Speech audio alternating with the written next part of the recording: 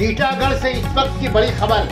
घरेलू झगड़े में साला अमजद ने अपने 45 साला बहनोई वाजिद अली उर्फ पिंटू सब्जी फरोश का पूरा मारकर कत्ल कर दिया।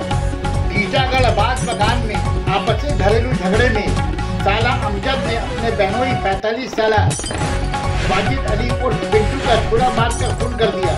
अमजद अली खून में लथपथ सड़क पर गिर पड़ा, जिसे मुकामी काउंसलर रियाजुद्दीन अरमान मंडल और इलाकाई बासिंदे उठाकर बीएमओ अस्पताल ले गए, जहां डॉक्टरों ने अमजद अली को शदीद जख्मी हालत में दूसरे स्टेट अस्पताल में ट्रांसफर कर दिया।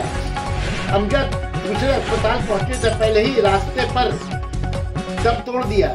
मुकामी बासिंदों ने साला अमजद को पकड़कर टीटागढ़ थाना के पुलिस के हवाले। सना medical hall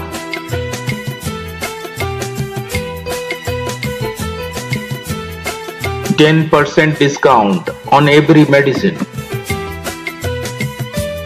Oxygen cylinder also available.